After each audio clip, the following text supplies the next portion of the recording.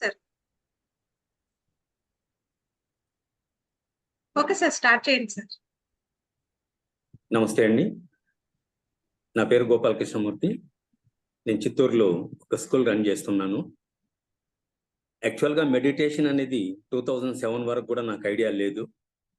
కానీ meditation idea లేకపోయినప్పటికీ విపరీతమైన భక్తి ఉండేది. ఇంకా మెడిటేషన్ అనేది మా అబ్బాయి ద్వారా స్టార్ట్ చేయడం జరిగింది. మేము స్కూల్ రన్ చేసేటప్పుడు మా స్కూల్లోనే 2007లో మా అబ్బాయి 7th క్లాస్ చదువుతూ ఉన్నాడు.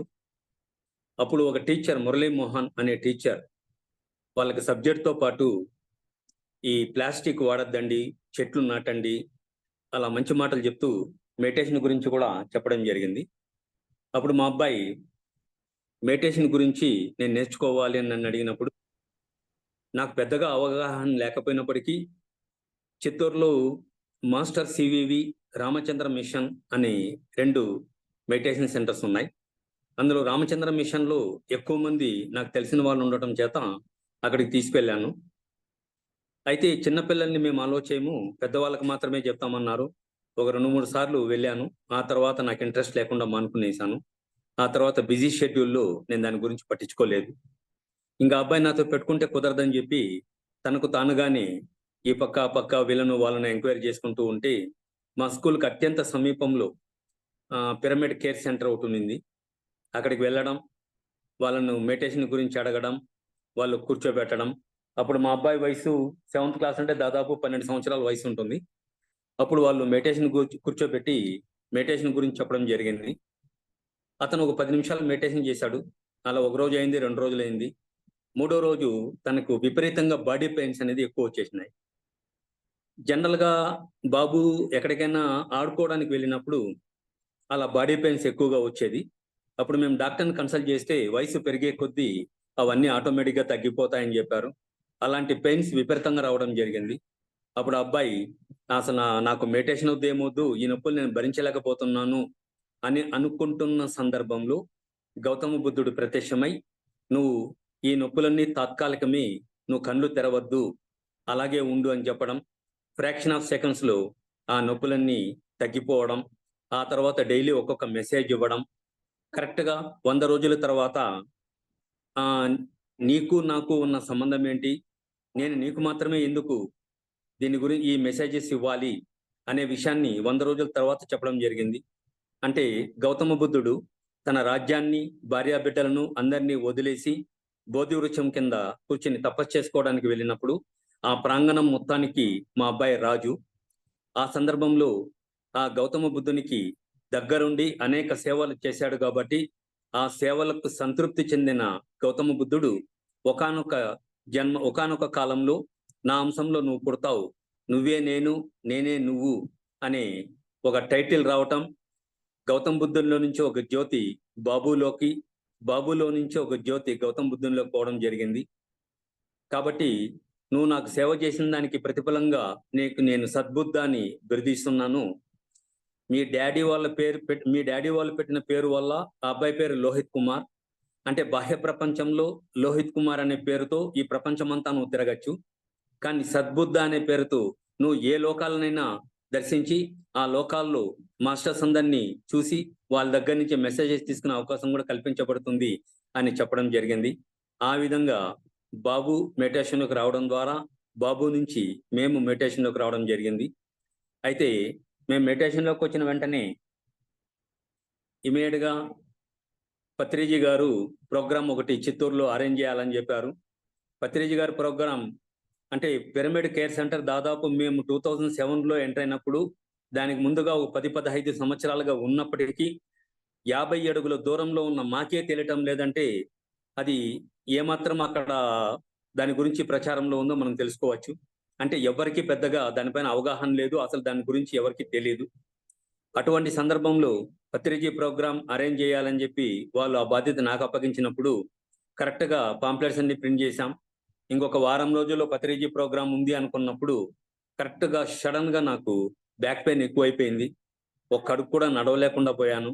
అటువంటి సందర్భంలో డాక్టర్ దగ్గరికి వెళ్తే మీకు బ్యాక్ బోన్ లైట్గా ఫ్రాక్చర్ అయింది, 3 నెలలు బెడ్ రెస్ట్ తీసుకోవాలి, ఆ తర్వాత లేకుంటే మీరు హ్యాండిక్యాప్డ్ అయ్యే అవకాశం ఉందన్నారు. ఏం చేయాలో అర్థం కాలేదు. ఒక రోజు 2 రోజులు బెడ్‌లోనే ఉన్నాను. ఆ తర్వాత మా అబ్బాయి వచ్చి దాన్నేం పట్టించుకోవద్దు. నీ పాటికి నువ్వు మెడిటేషన్ చేసుకొని నువ్వు ప్రచారానికి వెళ్ళు అన్నీ తగ్గిపోతుందని చెప్పాడు. ఆ తర్వాత ఇంక బైక్‌లో పోతే కష్టం అని చెప్పి కారు తీసుకొని కారులోని ప్రచారానికి వెళ్ళాను. ఒక 2 రోజులు ప్రచారం చేసే లోపల first floor, second floor, third floor అన్నీ కూడా పరిగెత్తుకుంటూ వెళ్తున్నాను. అప్పుడు చూసిన వాళ్ళు అడిగారు, మీకు బ్యాక్ పెయిన్ అన్నారు, నడవలేనన్నారు, మరి పరిగెత్తిపోతున్నారంటే ఆ 2, 3 రోజుల ధ్యాన ప్రచారంలోనే ఆ బ్యాక్ పెయిన్ అనేది పూర్తిగా తగ్గిపోయింది. కాబట్టి ధ్యాన ప్రచారం చేస్తే ఎంత ఫలితం ఉంటుందో, ధ్యానం చేస్తే ఎంత ఫలితం ఉంటుందో, ధ్యాన ప్రచారం చేస్తే దానికన్నా 100 రెట్ల ఫలితం ఉంటుందనే దానికి ఇది బెస్ట్ ఎగ్జాంపుల్‌గా మనం చెప్పుకోవచ్చు. ఆ విధంగా మెడిటేషన్‌లో మేము 2007లో రావడం జరిగింది. ఆ తర్వాత ఒక కేర్ సెంటర్ పెట్టాం. చిత్ ఆల్రెడీ అక్కడున్న కేర్ సెంటర్ చాలా చిన్నది కాబట్టి, ఆ కేర్ సెంటర్‌కి వెళ్తున్నాం. 10 మంది కూడా కూర్చోవడానికి కుదరదు. అటువంటి సందర్భంలో ఏదైనా ప్రోగ్రామ్స్ పెట్టాలంటే వాళ్ళకి ఇబ్బందవుతుందని చెప్పి, పక్కనే మాది స్కూల్ ఉంది కాబట్టి వాళ్ళకు సజెస్ట్ చేశాను. మీరేదైనా ప్రోగ్రామ్స్ కండక్ట్ చేసుకోవాలనుకుంటే, మా స్కూల్‌లో కండక్ట్ చేసుకోవచ్చని చెప్పాం. ఆ విధంగా మా స్కూల్‌లో ప్రోగ్రామ్స్ కండక్ట్ చేసేటప్పుడు మొట్టమొదటగా మారం శివప్రసాద్ గారి క్లాస్ ఒకటి అరేంజ్ చేశారు. అలా మారం శివప్రసాద్ గారి క్లాస్ అరేంజ్ చేసినప్పుడు ప్రతి ఒక్కరు వచ్చి మారం శివప్రసాద్ గారికి కాళ్ళకి నమస్కారం చేసుకుంటూ కూర్చునేవాళ్ళు. ఆ సమయంలో కరెక్ట్‌గా మా అబ్బాయి వస్తే మారం శివప్రసాద్ స్టేజ్ నుంచి దిగొచ్చి మా అబ్బాయి కాళ్ళకి నమస్కారం చేశాడు. అంటే మీరందరూ బాహ్యంలో ఉన్న వయస్సు చూస్తున్నారు. నేను అతని ఆత్మ వయస్సు చూస్తున్నాను. He is a great master అని చెప్పడం జరిగింది. ఆ విధంగా మేము మెడిటేషన్‌లోకి ఎంటర్ అయినాం. అయితే అక్కడ సౌకర్యాలు పెద్దగా లేదు కాబట్టి సెంటర్ బాగా మంచిదిగా డెవలప్ చేస్తే బాగుంటుందనే ఉద్దేశంతో ఒక 1 ఇయర్ లోపలే బ్రాహ్మణ్ స్టేట్‌లో అత్యద్భుతంగా ఒక కేర్ సెంటర్ పెట్టాం. అది ఏపీ స్టేట్‌లోని నంబర్ 1 కేర్ సెంటర్‌గా పేరు ప్రఖ్యాతులుగాంచింది. ఆ తర్వాత మా స్కూల్‌లోని AC pyramid health care centre పెట్టాం. 2011 ఆ ప్రాంతంలో పత్రిజీ చేతుల మీద గాని AC pyramid health care centre పెట్టాం. ఎంతో మందికి ఎన్నో జబ్బులు నయం కావడం కాకుండా ఎన్నో అద్భుతాలు జరిగిందని కూడా చెప్పొచ్చు. అంతటి ప్రముఖ స్థానాన్ని ఆక్రమించుకున్నది ప్రారంభించిన కొంతకాలంలోనే. అప్పుడు పత్రిజీ గారి కోరిక మేరకు ఆయన నాకు ఒక ఆశ్రమం కావాలి, కాణిపాకం దగ్గరే కావాలి అని అన్నప్పుడు ఆయన కోరిక మేరకే ఈ కాణిపాకం దగ్గర ఈ పిరమిడ్ ఆశ్రమం అనేది నిర్మించడం జరిగింది. అయితే ఈ పిరమిడ్ ఆశ్రమం నిర్మించడానికి కోసం స్థలం కోసం ఎన్నో సంవత్సరాలుగా మేము అఖండ ధ్యానాలు నిర్వహించాం. అయినప్పటికీ మాకు స్థలం దొరకలేదు. సరే అఖండ ధ్యానాలు చేస్తూనే ఉన్నాం. ఇంకా దొరక్కపోయేసరికి పిల్లలు పెద్దవాళ్ళు అవుతున్నారు. వాళ్ళకి పెళ్లి చేయాలంటే మీకు ఇల్లు ఉందా అని అడుగుతారు. అందుకని హౌస్ కోసం మేము ట్రై చేస్తున్నప్పుడు అప్పుడే కొత్తగా ఒక అపార్ట్మెంట్ కన్స్ట్రక్షన్ జరుగుతూ ఉంది. అపార్ట్మెంట్ కన్స్ట్రక్షన్ జరిగేటప్పుడు వాళ్ళని పోయి అడిగితే 40 lakhs చెప్పారు. రేపు ఉదయం వచ్చి 10 lakhs అడ్వాన్స్ ఇస్తామని చెప్పాం. రాత్రి పనుకున్నాం. ఉదయం 6 గంటలకు లేసే లోపల కాణిపాకం దగ్గర నుంచి ఒక బ్రోకర్ ఫోన్ చేశారు. మీరు కాణిపాకం దగ్గర స్థలం కావాలన్నారు. ఒకటి ఉంది చూస్తారన్నారు. ఇమీడియట్ గా మేము అప్పుడే బయలుదేరి నేను మేడం ఇద్దరు ఇక్కడికి వచ్చాం. అప్పుడు ఈ ప్రాంగణం మొత్తం ఖాళీగా ఉంది. పక్కన అమ్మే వాళ్ళ స్థలం ఉంది. అక్కడ మామిడి తోపు ఉంది. సరే నేను ఆ బ్రోకరు ఓనర్ కూర్చుని మాట్లాడుతున్నాం. ఆ ప్రాంగణంలో వాళ్ళ ఇంటి ప్రాంగణంలో ఉన్న మామిడి చెట్టు కింద మేడం మెడిటేషన్ లో కూర్చున్నారు. కూర్చున్న తర్వాత మేము మాట్లాడుతున్నాం కానీ రేట్ నాకు కుదరలేదు. సరే వద్దని చెప్పి బయటకు వచ్చేసాను. బయటకు వచ్చిన తర్వాత మేడం మెడిటేషన్ లో నుంచి లేసి వచ్చి ఏమైంది అంటే రేటు కుదరలేదు అందుకని వద్దని చెప్పానంటే ఆమె సైక్ చేశారు. లేదు నీ దగ్గర ఎంత అమౌంట్ ఉంటే అంత అమౌంట్ అడ్వాన్స్ ఇచ్చేసి ఏం జరిగిందో నేను చెప్తానని చెప్పారు. అప్పుడు నా చేతిలో 5,000 రూపీస్ అడ్వాన్స్ ఉంటే ఆ అడ్వాన్స్ ఇచ్చేసి వెనక్కి వెళ్ళిపోయాం. వెళ్ళేటప్పుడు ఏమైంది అని అడిగితే మేడం మెడిటేషన్ లో కూర్చున్నప్పుడు ఇప్పుడు ఎక్కడైతే కాణిపాకంలో మనం విఘ్నేశ్వర మహాపిరమిడ్ శక్తి క్షేత్రం నిర్మించినామో ఆ ప్రాంగణంలో మొత్తం అక్కడ విఘ్నేశ్వరుని సారథ్యంలో సకల కోటి దేవతలు, ఋషులు, సప్తర్షులు అందరూ కూర్చుని అక్కడ ఒక మీటింగ్ జరుగుతూ ఉంది. అలా మీటింగ్ జరుగుతూ ఉందంటే ఇది ఖచ్చితంగా మనం అనుకున్న అత్యద్భుతమైన ప్రదేశం ఇది. దీన్ని ఎటువంటి పరిస్థితుల్లో వదులుకోకూడదు అని చెప్పినప్పుడు ఆ ప్రకారమే ఈ ప్రాంగణాన్ని మేము కొనుగోలు చేయడం జరిగింది. ఆ తర్వాత చిత్తూరులో కేర్ సెంటర్ పెట్టాం. ప్రతి నెల ఒక ఆధ్యాత్మిక కార్యక్రమం నిర్వహిస్తున్నాం. అలా ప్రతి నెల ఒక ఆధ్యాత్మిక కార్యక్రమం నిర్వహించేటప్పుడు ఆంధ్ర నుంచి కానీ, తెలంగాణ నుంచి కానీ, తమిళనాడు నుంచి కానీ, కర్ణాటక నుంచి కానీ ప్రతి నెల ఒక్కొక్క మాస్టర్ని పిలిపించి వాళ్ళ ద్వారా వన్ డే వర్క్షాప్ నిర్వహించే వాళ్ళం. అలా వన్ డే వర్క్షాప్కి వచ్చిన ప్రతి మాస్టర్ని ఈ కాణిపాకం దగ్గర ఉన్న ఈ ప్రాంగణానికి తీసుకుని వచ్చి ఇక్కడ ఒక హాఫ్ అన్ అవర్ మెడిటేషన్ చేపించి తీసుకుని వెళ్ళే వాళ్ళం. అప్పుడు ఇక్కడ ఏమీ కన్స్ట్రక్షన్ లేదు, కంప్లీట్ గా టోటల్ గా ఎంటీ ప్లేస్. అయినప్పటికీ ఈ ప్రాంగణంకి వచ్చి ఒక హాఫ్ అన్ అవర్ మెడిటేషన్ చేసేటప్పుడు ఒక్కొక్క మాస్టర్ చెప్పిన సందేశం వింటే అసలు ఆశ్చర్యం కలగక మానదు. ఒక మాస్టర్ ఏమన్నా వారు చెప్పిన వాళ్ళు కూడా సామాన్యమైన వాళ్ళు మాస్టర్లు ఏం కాదు, గ్రేట్ మాస్టర్స్. ఇట్లా కేశవరాజు మాస్టర్ అయితే కావచ్చు, హరికృష్ణ మాస్టర్ కావచ్చు, మారం శివప్రసాద్ కావచ్చు, తర్వాత ప్రేమ్నాథ్ సార్ కావచ్చు. ఒక్కొక్కరు చాలా గొప్ప మాస్టర్లు, ఒక్కొక్కరు ఒక్కొక్క సందేశం ఇవ్వడం జరిగింది. ఒక మాస్టర్ ఏమన్నారంటే, ఈ ప్రాంగణం ఒకప్పుడు కన్వ మహర్షి ఆశ్రమం. ఈ ఆశ్రమంలో ప్రతిరోజు వేల మంది శిష్యులు తపస్సు చేయడం వల్ల ఇది అత్యద్భుతమైన ఎనర్జీస్ గల ప్రాంగణం అని చెప్పడం జరిగింది. మరొక మాస్టర్ ఏమన్నారంటే, ఇది శ్రీదేవి భూదేవి సమేతంగా వెంకటేశ్వర స్వామి తపస్సు చేసిన ప్రాంగణం, ఇది అత్యద్భుతమైన స్థలం అని చెప్పారు. మరొక మాస్టర్ ఏం చెప్పారంటే, ఇక్కడ ఆదిశక్తి నిలయం ఇది ఇక్కడ ఎనర్జీ గ్రిడ్ ఉంది, ఈ ఎనర్జీ గ్రిడ్ నుంచి మిగిలిన ప్రాంగణాలకంతా ఎనర్జీస్ వెళ్తుందని చెప్పారు. అదే విధంగానే ఇక్కడ సప్తర్షులు నిరంతరం సంచరిస్తూ ఉంటారని చెప్పారు. ఈ విధంగా ఒక్కొక్కరు ఒక్కొక్క మాస్టర్ చెప్పిన సందేశాన్ని విన్నప్పుడు అవి అక్షరాల సత్యం అని చెప్పి ఇప్పుడు మనకు అర్థమవుతున్నాయి జరిగిన సంఘటనలను బట్టి చూసి. ఈ విధంగా ఇక్కడ ఎన్ని అద్భుతాలు జరుగుతున్నాయో మనం ఊహించలేం. ఇక్కడ పత్రిజీ కాలు మోపిన పవిత్ర ప్రాంగణం, అంతేకాకుండా ఎన్నో పిరమిడ్ల సముదాయం కలదు. అంతేకాకుండా రుద్రపీఠం శక్తిపీఠం అనేది ప్రపంచంలో ఎక్కడా లేదు. అటువంటి రుద్రపీఠం శక్తిపీఠం కలిగిన ప్రాంగణం, దేవతా వృక్షాలు కలిగిన ప్రాంగణం. ఎంత అద్భుతమైన స్థలం అంటే, ఇది ప్రారంభించిన కొన్ని సంవత్సరాలకి ఇది సంకల్ప సిద్ధి క్షేత్రంగా పేరు ప్రఖ్యాతలు గడించింది. ఇక్కడ బుద్ధగాయ నుంచి వచ్చిన రావి చెట్టు ఉంది. ఆ బుద్ధగాయ నుంచి వచ్చిన రావి చెట్టుకు హగ్ చేసుకుని మనం సంకల్పం చేసుకుని 3 రాత్రులు ఇక్కడ నిద్ర చేస్తే మనం ఏమనుకుంటే జరుగుతుందని చెప్పడానికి సంకల్ప సిద్ధి క్షేత్రంగా పేరు ప్రఖ్యాతలు గడించింది. ఇంత అద్భుతమైన క్షేత్రంలో ఎన్ని అద్భుతాలు జరుగుతున్నాయో మనం ఊహించడానికి వీలు కాదు.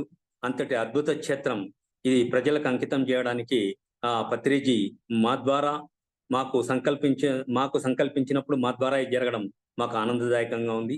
అలా మేము మెడిటేషన్లోకి రావడం, పిరమిడ్ కేర్ సెంటర్ పెట్టడం, ఆ తర్వాత పత్రిజీ కోరిక మేరకు ఇక్కడ కాణిపాకం దగ్గర ఆశ్రమాన్ని ఏర్పాటు చేయడం, ఆ రోజు నుంచి ఈ రోజు వరకు కూడా ఎన్నో కార్యక్రమాలు జరుగుతూ ఉన్నాయి. అలాంటి కార్యక్రమాల్లో భాగంగానే ఈ రోజు మీ ముందుకు రావడం జరిగింది. ఇది మాకు చాలా సంతోషంగా ఉంది. ఇది నేను మెడిటేషన్లోకి రావడం, పిరమిడ్ సెంటర్ ఏర్పాటు చేయడం, ఇక్కడ ఆశ్రమాన్ని నిర్మించడం, ఇవన్నీ కూడా జరిగినాయి. ఇకపోతే ఇంకా మనం సబ్జెక్టు తీసుకుంటే అసలు ఈ ధ్యానం అనేది ఏంటి, ఈ ధ్యానం ఎందుకు చేయాలి, ధ్యానం చేయకపోతే మనం బ్రతకలేమా, అందరూ ధ్యానం చేస్తూనే బ్రతుకుతున్నారా అని ఆలోచించినప్పుడు, ఇప్పుడు కొన్ని కోట్ల మంది ఉన్నారు. కొన్ని కోట్ల మంది ఉన్నప్పుడు ఈ ధ్యానానికి కొన్ని వందల మంది, వేల మంది మాత్రమే వస్తున్నారు. అయితే వాళ్ళు అందరూ ఏమంటున్నారు, మెడిటేషన్ చేసే వాళ్ళు ఏమంటారు, ఈ ధ్యానం చేస్తేనే మనకు సంపూర్ణ ఆరోగ్యం ఉంటుంది, దానికోసమే మేము వస్తున్నాం, మనసు స్థిమితంగా ఉంటుంది అని అంటున్నారు.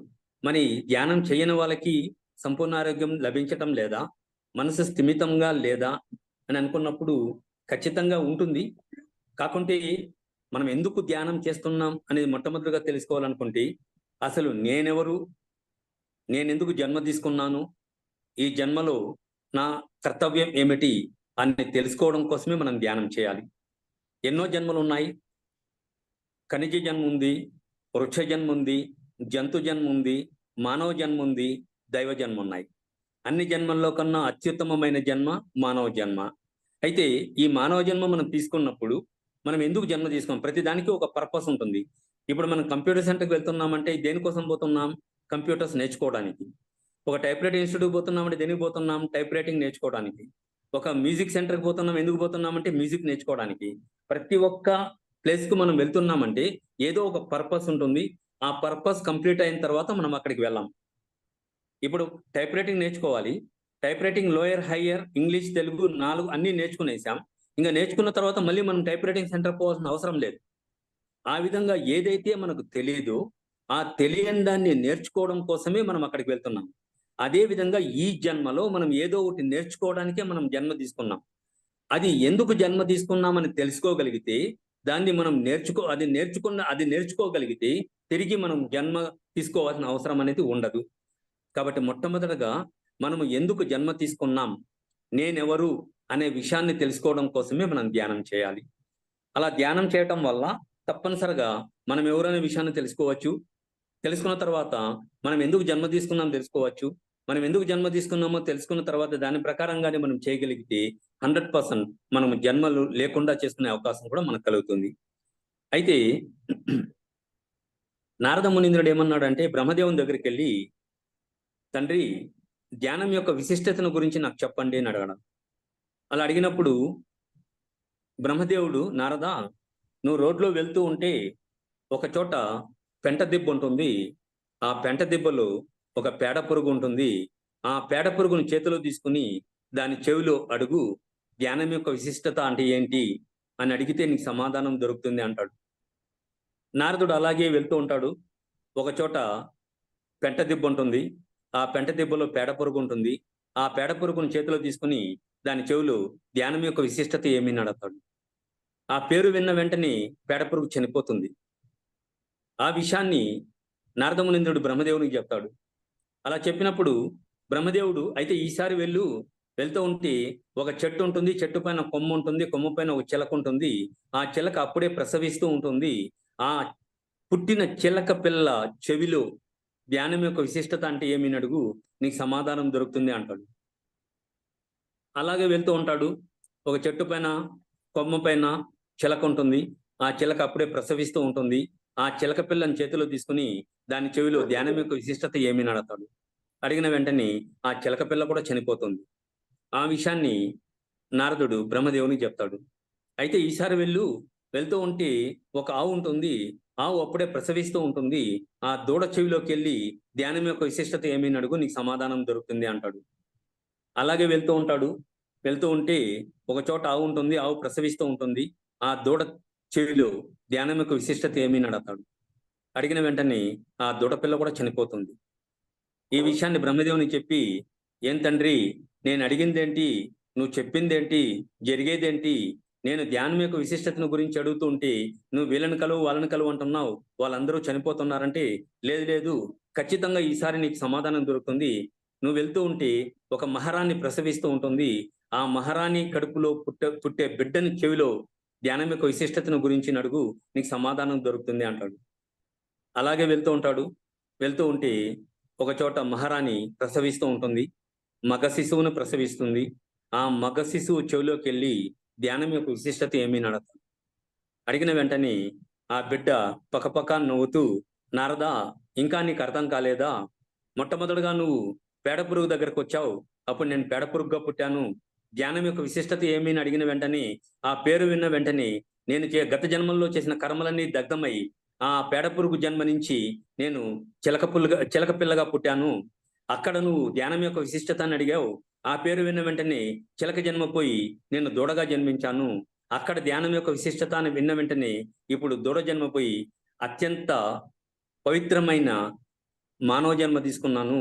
సో ధ్యానం అనే పేరు వింటేనే గత జన్మల కర్మలన్నీ దగ్ధమై అత్యుత్తమమైన మానవ జన్మ తీసుకున్నాం. ఇంకా ధ్యానం చేస్తే ఇంకెంత ఫలితం ఉంటుందో ఒక్కసారి ఆలోచించు అని చెప్పడం జరిగింది. ఇది ధ్యానం యొక్క విశిష్టత. ధ్యానం పేరు వింటేనే అంత పవర్ ఉంటే ఇంకా ధ్యానం చేస్తే ఇంకెంత పవర్ ఉంటుందో మనం ఊహించడానికి నలవి కాదు, అంతటి పవర్ ఉంటుంది. అందుకని meditation is nothing but miracles అన్నాం. మెడిటేషన్ లో మనకు అన్ని అద్భుతాలు జరుగుతాయి. అద్భుతానికి వాస్తవానికి చాలా డిఫరెన్స్ ఉంది. అద్భుతం అంటే మనం ఏదైతే ఊహించమో అటువంటిది అద్భుతం. ఫర్ ఎగ్జాంపుల్, నాకు ఒక క్యాన్సర్ వచ్చింది, చాలా ముదిరిపోయింది. డాక్టర్ దగ్గరికి వెళ్ళాను. నువ్వు 1 నెలలో చనిపోతారని చెప్పారు.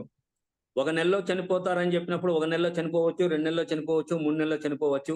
అది పెద్ద కష్టమేమీ కాదు, అది పెద్ద సమస్య కూడా కాదు. కానీ 1 నెలలో చనిపోతారని చెప్పినప్పుడు 10 సంవత్సరాలు కూడా బ్రతికే ఉంటే దాన్ని మనం అద్భుతం అంటున్నాం. సో మెడిటేషన్ లో జరిగేవన్నీ కూడా అద్భుతాలే. కని విని ఎరుగని రీతిలో, ఎవరు ఊహించని రీతిలో మనం అసలు ఎటు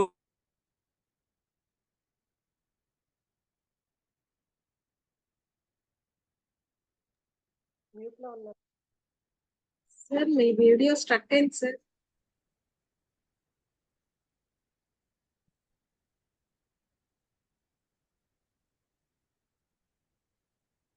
రావట్లేదు సార్. సార్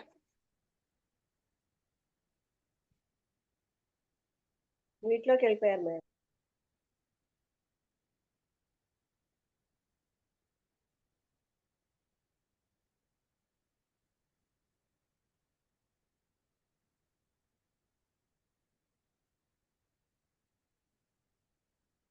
సార్ మళ్ళీ లీవ్ అయ్యారు, మళ్ళీ జాయిన్ అవుతారేమో అండి. వెయిట్ చేయండి. విన్నారు సార్, నెట్ ప్రాబ్లం అనుకుంటా. ఆగండి.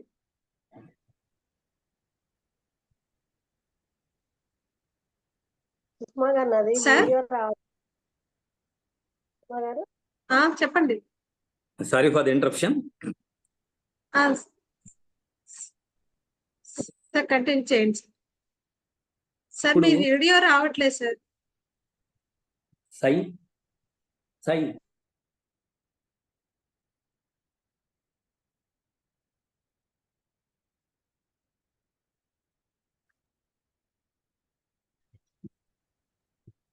ఆడియో వస్తుందా? Yes sir. Okay sir. ఓకేనా? Okay sir. 10 రూపాయలు దానం చేసే వాళ్ళు 100 రూపాయలు పబ్లిసిటీ కోసం. సార్ మళ్ళీ స్ట్రక్ అయింది సార్.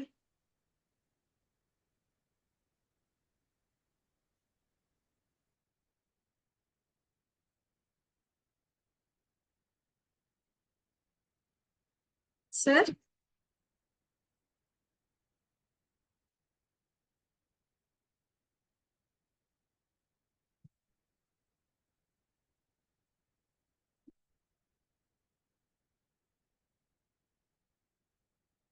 నెట్ ప్రాబ్లం అనుకుంటా సార్ దగ్గర.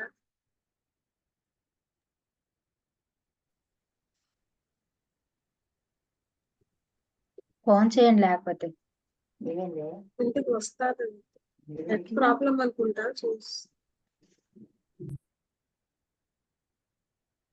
వీడియో ఆన్ కావట్లేదు ఎందుకని మేడం? ఏమో అండి, మీరు ఇవాళ పొద్దున లింక్ కూడా ఓపెన్ కావాలి. లింక్ కూడా పొద్దున ఓపెన్ కావాలి. అట్నే మెడిటేషన్ చేస్తుంది. ఇక లింక్ ఓపెన్ అయింది కానీ ఫోటో రావట్లా.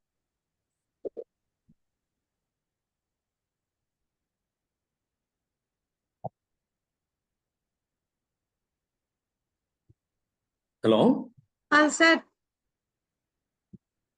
మీ నెట్ కొంచెం స్లోగా ఉన్నట్టుంది సార్. స్ట్రక్ అయిపోతుంది పక్కన. Okay sir.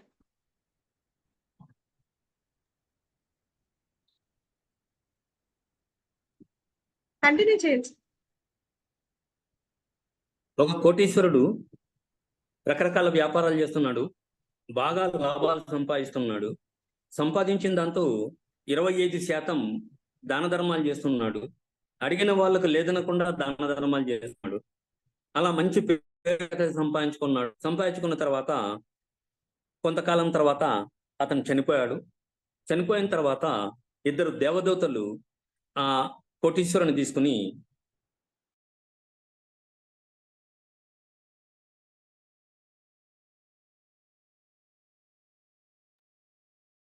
సార్ మీరు మళ్ళీ స్ట్రక్ అయింది సార్.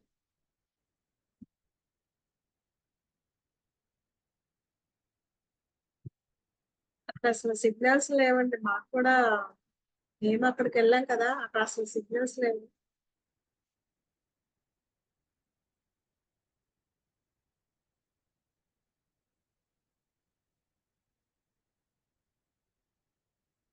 వేరే ఫోన్ సార్ లేకపోతే వీడియో ఆఫ్ చేసుకోండి సార్.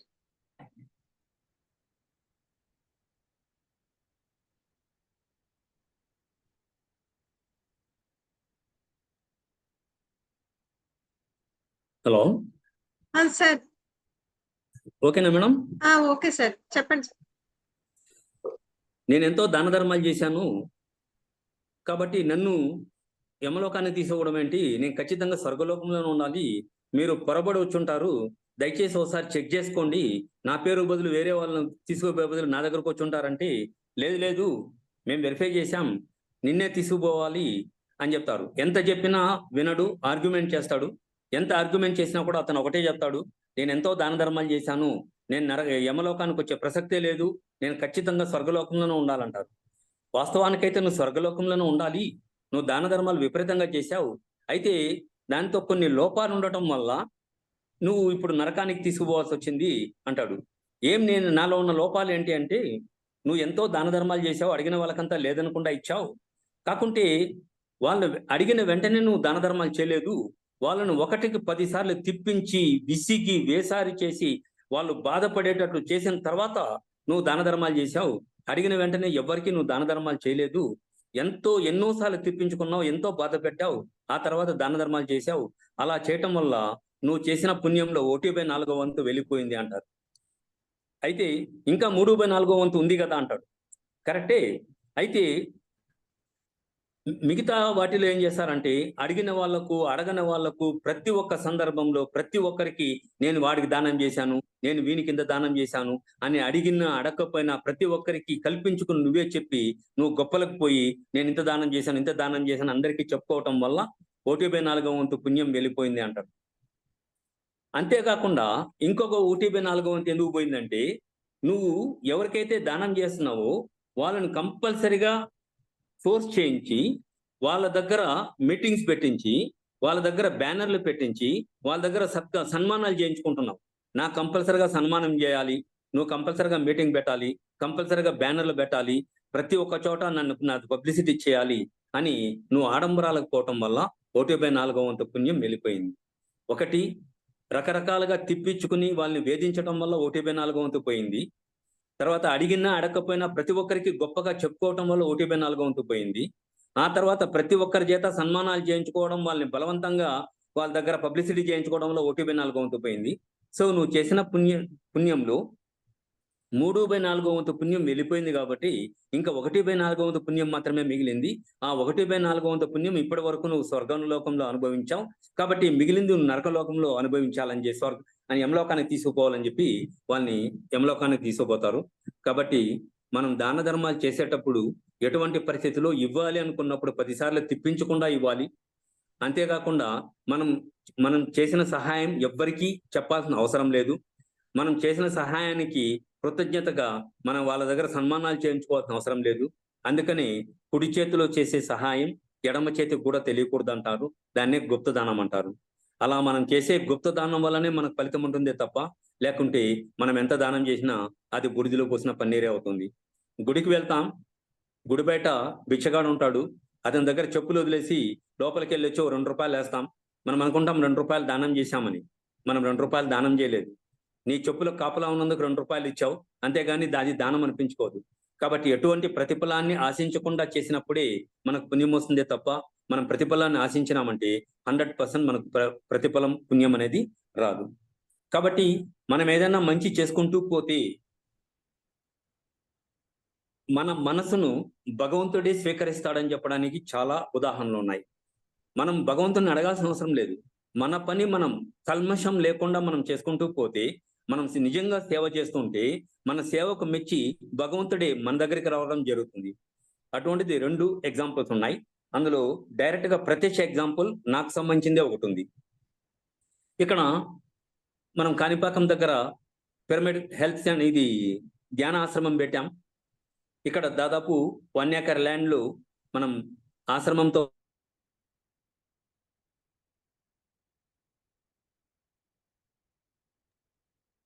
సార్ మళ్ళీ స్టక్ అయింది సార్, వాయిస్ కూడా రావట్లేదు.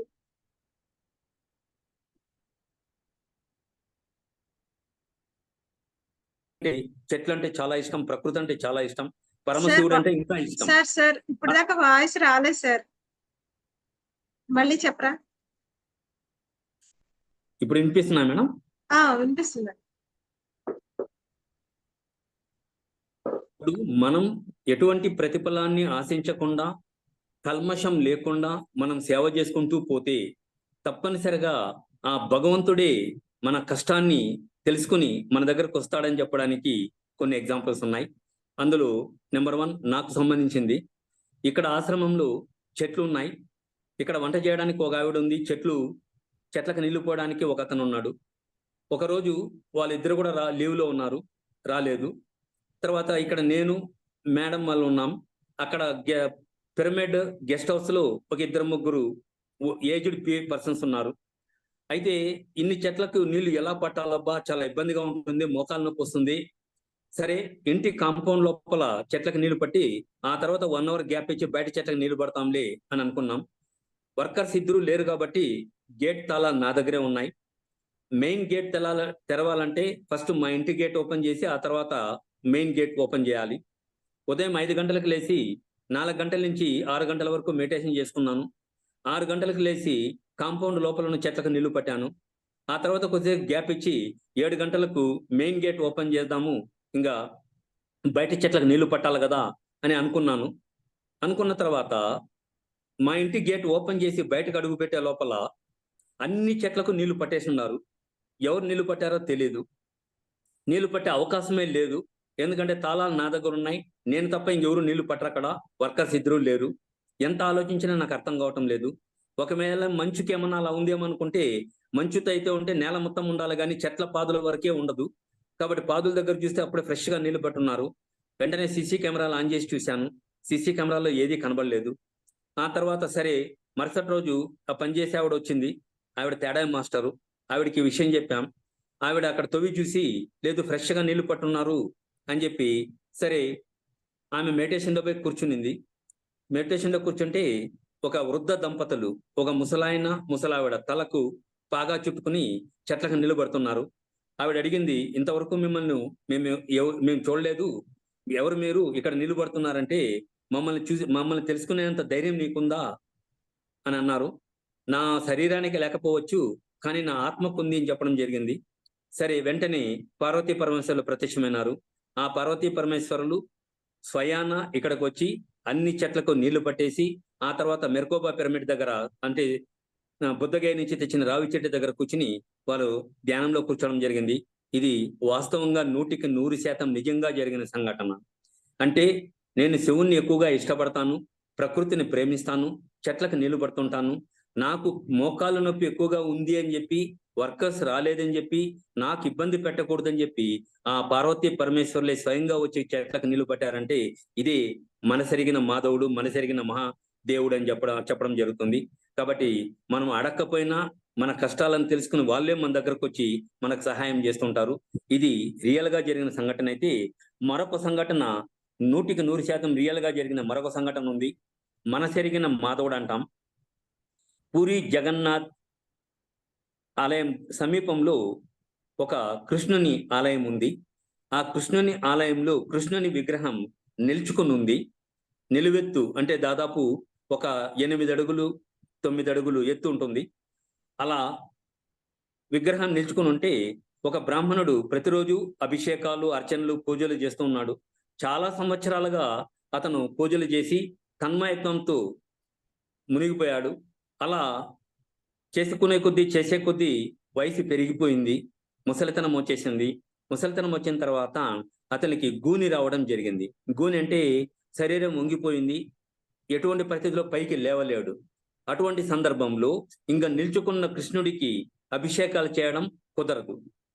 ఇంకా తనకు వయసు అయిపోయింది, శరీరం సహకరించటం లేదు, ఇంకా గూని వచ్చేసింది. కాబట్టి అతను ఇంకా పూజలు చేయడానికి అవకాశం లేదు. కాబట్టి ఆ ఆలయ కమిటీ వాళ్ళు ఏం చేశారంటే అతనికి చెప్పి, స్వామి, ఇంకా మీరు పూజలు చేయలేరు, మీకు ఆరోగ్యం సహకరించటం లేదు, శరీరం సహకరించటం లేదు, ఇంకా రేపటి నుంచి ఆ అవకాశం మీ అబ్బాయికి ఇస్తాం, కాబట్టి మీరు దయచేసి మీ అబ్బాయిని అనుమతించండి పూజలు చేసుకోవడానికి అంటారు.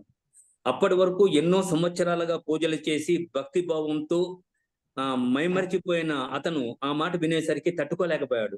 అంటే తన బిడ్డకు అవకాశం ఇస్తున్నాడనే బాధ కాదు, తనను ఆ సేవ నుంచి దూరం చేస్తున్నారనే బాధ తట్టుకోలేకపోయాడు. ఇంకా రేపటి నుంచి నేను ఈ ఆలయానికి రాలేనా, ఈ మాధవుడికి నేను అభిషేకాలు చేయలేనా, పూజలు చేసుకోలేనా అని విపరీతంగా బాధపడుతూ వచ్చాడు. ఆ బాధతోనే ఇంటికి వెళ్ళాడు. ఆ నైట్ అంతా నిద్రపోలేదు, అన్నం తినలేదు, ఏడ్చి ఏడ్చి ఏడ్చి ఏడ్చి అలాగే సొమ్మసిల్లి పడిపోయాడు. ఉదయం అయింది. ఉదయం అయిన తర్వాత వాళ్ళ అబ్బాయి డ్యూటీలో చేరడానికి ఆలయానికి వచ్చాడు. ఆలయం తలుపులు తీశాడు. ఆలయం తలుపులు తీసిన వెంటనే ఆశ్చర్యపోయాడు. అతను నానా అని గట్టిగా కేకలు పెట్టాడు. ఆ కేకలు విన్న వెంటనే వాళ్ళ నాన్న పరిగెత్తుకుంటూ అక్కడికి వచ్చాడు. ఏం జరిగిందనని.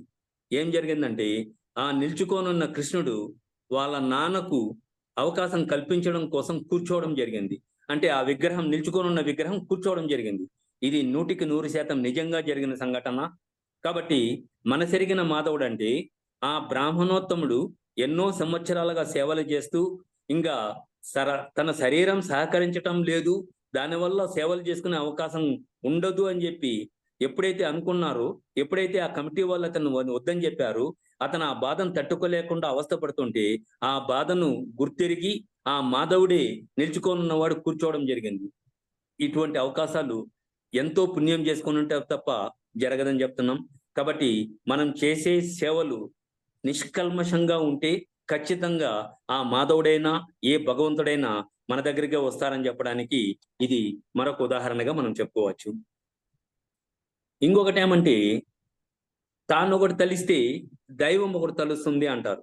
మామూలుగా మనం ఒకటి అనుకుంటాం, మనం అనుకుంటే ఇంకొకటి, మనం అనుకునేది ఒకటైతే జరిగేది ఇంకొకటి ఉంటుంది. కానీ ఏది జరిగినా మన మంచికే అనుకోవాలి. అది మంచి జరిగినా మన మంచికే అనుకోవాలి, చెడు జరిగినా మన మంచికే అనుకోవాలి. ఫర్ ఎగ్జాంపుల్, ఏది జరిగినా మన మంచికే అనుకుంటే, ఒక మహారాజు ఉన్నాడు. తను ఒక ఫ్రూట్ తెచ్చి కట్ చేస్తున్నాడు. అలా కట్ చేసేటప్పుడు వేలు కట్ అయిపోయి రక్తం కారుతూ ఉంటుంది. అలా రక్తం కారేటప్పుడు పక్కనే ఉన్న మహామంత్రి ఏం చెప్తాడంటే, మహారాజా జరిగేదంతా మన మంచికే, కట్టు కట్టుకోండి అంటాడు. అప్పుడు మహారాజుకు విపరీతమైన కోపం వస్తుంది. నా వేలు తెగి రక్తం కారుతుంటే జరిగేదంతా మన మంచికే అంటావా అని చెప్పి సైన్యాధిపతిని పిలిచి ఈ మహామంత్రిని కారాగారంలో పెట్టేయండి అంటాడు. మహామంత్రిని కారాగారంలో పెట్టేస్తారు. ఆ తర్వాత తన వేలుకు జరిగిన గాయానికి కట్టుకుంటాడు మహారాజు. ఒక 3-4 రోజుల తర్వాత మహారాజు వేటకు బయలుదేరతాడు. అలా వేటకు బయలుదేరినప్పుడు మార్గమధ్యంలో అడవి దొంగలు చుట్టుముట్టి రాజును బంధించేస్తారు. బంధించి అడవి తల్లికి ఈ రాజును బలి ఇవ్వాలని చెప్పి తీసుకెళ్తారు. ఏ వ్యక్తినైనా అమ్మవారికి బలిచ్చేదానికి ముందు అతనికి అభ్యంగన స్నానం చేయిస్తారు. అలా అభ్యంగన స్నానం చేయించేటప్పుడు తన వేలికి గాయం ఇవ్వడం, కట్టడం చూస్తారు. అలా గాయమైన వ్యక్తిని బలివ్వడం మంచిది కాదు కాబట్టి ఇతడు బలివ్వడానికి పనికిరాడని చెప్పి ఆ రాజును వదిలేస్తారు. అప్పుడు ఆ రాజు బ్రతుకు జీవుడా అంటూ తన రాజ్యానికి వచ్చేస్తాడు. తన రాజ్యానికి వచ్చిన తర్వాత అప్పుడు రాజు అనుకుంటాడు, మహామంత్రి చెప్పింది మంచిదే కదా, జరిగేదంతా మన మంచికే అన్నాడు, అనవసరంగా మహామంత్రిని తీసుకుపోయి నేను కారాగారంలో పెట్టించాను అని చెప్పి వెంటనే సైన్యాధిపతిని పిలిచి మహామంత్రిని కారాగారం నుంచి తీసుకురండి అంటారు. మహామంత్రిని కారాగారం నుంచి తీసుకుని రాజు దగ్గరికి తీసుకుని వస్తారు. అప్పుడు రాజు ఏమంటాడనే, మహామంత్రి నన్ను క్షమించండి, నేను అనవసరంగా మిమ్మల్ని కారాగారంలో పెట్టాను, మీరు మంచి చెప్పినా నేను మీకు అపకారం చేశాను అంటాడు. అప్పుడు మహామంత్రి ఏమంటాడంటే, లేదు లేదు మహారాజా, మీరు కూడా నాకు మంచి చేశారు, మీరు కానీ నన్ను కారాగారంలో పెట్టకపోతే మహారాజు ఎక్కడ ఉంటే మహామంత్రి కూడా అక్కడే ఉండాలి. మహారాజు వేటకు బయలుదేరినప్పుడు మహారాజుతో పాటు మహామంత్రి కూడా వేటకు వచ్చేవాడు, అప్పుడు మిమ్మల్ని బంధించినప్పుడు మీతో పాటు నన్ను బంధించుంటారు. మీకు చేతిలో గాయం ఉంది కాబట్టి మిమ్మల్ని వదిలేశారు, నాకు గాయం లేదు కాబట్టి నన్ను బలి చేసి ఉంటారు. మీరు నన్ను కారాగారంలో పెట్టడం కూడా నాకు మంచి జరిగింది. అంటే ఇక్కడ మనం ఆలోచించాల్సింది, రాజుకు చేతికి గాయం కావడం అనేది శుభసూచకం కాదు. అయినా ఇక్కడ రాజుకు మంచి జరిగింది. మహామంత్రిని కారాగారంలో పెట్టడం అనేది శుభసూచకం కాదు, అయినా మహామంత్రికి మంచి జరిగింది. అంటే ఒక కార్యం అనుకున్నప్పుడు, ఒక కార్యానికి పూనుకున్నప్పుడు మనం అనుకున్న జరగకుండా వేరే జరిగినా కూడా ఆ జరిగింది కూడా మన మంచికే అనుకోవాలి. కాబట్టి జరిగేదంతా మన మంచికే అనేది దీనికి బెస్ట్ ఎగ్జాంపుల్. అంతేకాకుండా ఇప్పుడు ఫర్ ఎగ్జాంపుల్ మనము చెన్నైకి పోవాలి అనుకుంటాం. బస్ స్టాండ్లో బస్సు 5 గంటలకు ఉంటుంది. ఇప్పుడు మామూలుగా ధ్యానానికి వచ్చినప్పుడు మనం ఏం చెప్తామంటే, అయ్యా ధ్యానంలో కానీ మీరు ఏదైనా అనుకుంటే 100% జరుగుతుంది, అంటే సంకల్పానికి విపరీతమైన శక్తి ఉంది, కానీ అక్కడ వికల్పం అనేది ఉండకూడదు. సంకల్పం అంటే ఏమి? మనకేం కావాలో కోరుకోవడం. వికల్పం అంటే ఏమి? అది జరుగుతుందో జరగదో అని అనుమానించడం. కాబట్టి అలా అనుమానిస్తే సంకల్పం నెరవేరదు, అనుమానించకపోతే సంకల్పం 100% జరుగుతుంది అంటారు. ఫర్ ఎగ్జాంపుల్, రేపు ఉదయం 5 గంటలకి మనం చెన్నైకి బయలుదేరాలి. మనం ఏమనుకుంటాం? నేను చెన్నైకి పోవాలి, నేను బస్ స్టాండ్కి పోయినప్పుడు బస్సు కంపల్సరిగా నేను వచ్చేంత వరకు ఉండాలి, నాకు కంపల్సరిగా సీట్ దొరకాలి అని మనం సంకల్పం చేసుకుంటాం. Very good. అయితే మళ్ళీ మనకు అనుమానం రాలేదు. మనం వెళ్ళే లోపల బస్సు ఉంటుందో ఉండదో, సీట్ ఉంటుందో ఉండదో అన్న అనుమానం లేకుండా సంకల్పం చేసుకున్నాం, ధ్యానం చేసుకున్నాం, నేరుగా బస్ స్టాండ్కి వెళ్ళాం. వెళ్ళేసరికి బస్సు అక్కడ లేదు, అంటే బస్సు వెళ్ళిపోయింది. అప్పుడు వెంటనే మనం ఏమనుకుంటాం? ధ్యానాన్ని తప్పుపడతాం. చూడు, ధ్యానంలో ఏం చెప్పారు? ఏమనుకుంటే జరుగుతుందన్నారు. మరి వికల్పం లేకపోతే సంకల్పం నెరవేరాలి కదా. నేను వికల్పం లేకుండా సంకల్పం చేసుకున్నాను, నేను వెళ్ళేసరికి ఖచ్చితంగా బస్సు ఉండాలనుకున్నాను, కానీ అక్కడ బస్సు లేదు, సీటు లేదు అని మనం ధ్యానాన్ని నిందిస్తే తప్పు. కానీ ఇక్కడ గుర్తుపెట్టుకోవాల్సింది ఏమంటే, ప్రతి మెడిటేటర్కి 2 మాస్టర్స్ కాపలా ఉంటారు, వాళ్ళని ఏంజల్స్ అంటాం. ప్రతి మెడిటేటర్కి 2 ఏంజల్స్ కంటికి రెప్పలా కాపాడుతుంటారు, అది వాళ్ళ బాధ్యత. అలా ప్రతి మెడిటేటర్కు 2 మాస్టర్స్ కాపలా ఉండేటప్పుడు ఇప్పుడు మనం సంకల్పం చేసుకున్నాం ఏమని? నేను చెన్నైకి వెళ్ళాలి, నేను అక్కడికి వెళ్ళేటప్పుడు బస్సు ఉండాలి, సీట్ ఉండాలి అని అనుకున్నాం, కరెక్టే. ఇప్పుడు సంకల్పం చేసుకున్నాం, వికల్పం లేకుండా మనం సంకల్పం చేసుకుని అక్కడ వెళ్ళినప్పుడు బస్సు వెళ్ళిపోయింది అంటే, ఒకవేళ బస్సు కానీ అక్కడ ఉండుంటే, ఆ బస్సులో కానీ మనం కూర్చుని ఉంటే, ఆ బస్సు మార్గమధ్యంలో ప్రమాదానికి గురి అక్కడ పోయిన వాళ్ళందరూ చాలా మంది చనిపోయినారంటే, అప్పుడు కంటికి రెప్పలా కాపాడాల్సిన బాధ్యత ఏంజల్స్ అన్నప్పుడు అప్పుడు ఏంజల్స్ తప్పవుతుంది. అందువల్ల మనం అనుకున్నది అక్కడ జరగకపోయినా మనల్ని కాపాడాల్సిన బాధ్యత ఏంజల్స్ ఉంది కాబట్టి అక్కడ బస్సు లేకుండా చేశారు. బస్సు లేకపోయినా కూడా అది మన మంచికే జరిగింది అనుకోవాలి. అలా అనుకున్నప్పుడే 100% అన్ని మనకు మంచిగా జరుగుతుంది. ఇంకొకటి ఏమంటే, తాను ఒకటి తెలిస్తే దైవం ఒకటి తెలుస్తుంది అంటారు. దానికి ఫర్ ఎగ్జాంపుల్ ఏమంటే, ఒక ఊర్లో ఒక శివాలయం ఉంది. ఆ శివాలయంలో దేవతలందరూ ఒక రోజు మీటింగ్ పెట్టుకుంటారు. ఒక పర్టికులర్ ఒక రోజు మనం అందరం శివుని దగ్గరికి వెళ్ళి శివుని పూజించేసి రావాలి, పూజ చేసుకుని రావాలి అని అందరూ డిసైడ్ చేసుకుంటారు మీటింగ్ పెట్టి. అలా మీటింగ్ పెట్టి డిసైడ్ చేసుకున్న తర్వాత ప్రతి ఒక్కరూ ఆ ఊర్లో ఉన్న శివాలయానికి వాళ్ళ వాహనాల్లో వెళ్తుంటారు. ఒక్కొక్కరు ఒక్కొక్క వాహనంలో వెళ్తుంటారు. ఫస్ట్ యముడు తన వాహనమైన దున్నపోత పైన వచ్చి ఆ శివాలయం ముందు ఆ వాహనాన్ని నిలిపి లోపల వెళ్ళడానికి ప్రయత్నిస్తాడు. కరెక్ట్గా ఆ శివాలయం దగ్గరే పెద్ద ఒక చెట్టు ఉంది. ఆ చెట్టు పైన ఒక పెట్టె ఉంది. యముడు తన వాహనాన్ని గుడి బయట వదిలి లోపలికి వెళ్ళేటప్పుడు ఒకసారి ఆ చెట్టు వైపుని చూసి ఆ పెట్టెను చూసి నవ్వుతాడు, పక్క నవ్వేసి లోపలికి వెళ్ళిపోతాడు. ఎప్పుడైతే యముడు ఆ పెట్టెను చూసి నవ్వేసి లోపలికి వెళ్ళిపోతాడో ఆ పెట్టెకు అర్థం కాదు, భయం పెట్టుకుంటుంది. ఎందుకంటే యముడు నవ్వినాడంటే ఏదో నాకు ప్రాణం మూడిందేమో, ఎందుకు యముడు నవ్వినాడో అర్థం కాదు. అలా భయపడుతూనే ఉంటుంది. అలా ఒక్కొక్క దేవుడు వాళ్ళ వాహనాన్ని బయటపెట్టి శివాలయం లోపలికి వెళ్తూ ఉంటారు పూజ చేయడానికి. అలా అందరు దేవుళ్ళు వస్తుంటారు. అలా మహావిష్ణువు కూడా వస్తాడు. మహావిష్ణువు వాహనం వచ్చి గరుత్మంతుడు.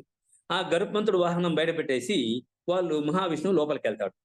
లోపలికి వెళ్ళిన తర్వాత ఎప్పుడైతే గరుత్మంతుని చూస్తాడో అప్పుడు పెట్టెకి ఒక ధైర్యం వస్తుంది. ఎందుకంటే ఇప్పుడు మనకు ఒక సమస్య వచ్చింది అంటే మనం ఒక పూర్వకాలంలో అయితే రాజులకు చెప్పుకునే వాళ్ళు, ఇప్పుడు రాజుల్లాగానే ఇప్పుడు మంత్రులు, ముఖ్యమంత్రి ఉంటారు కాబట్టి మన సమస్యలు వాళ్ళకి చెప్పుకుని వాళ్ళ ద్వారా మనం సమస్యలు పరిష్కారం చేసుకుంటాం.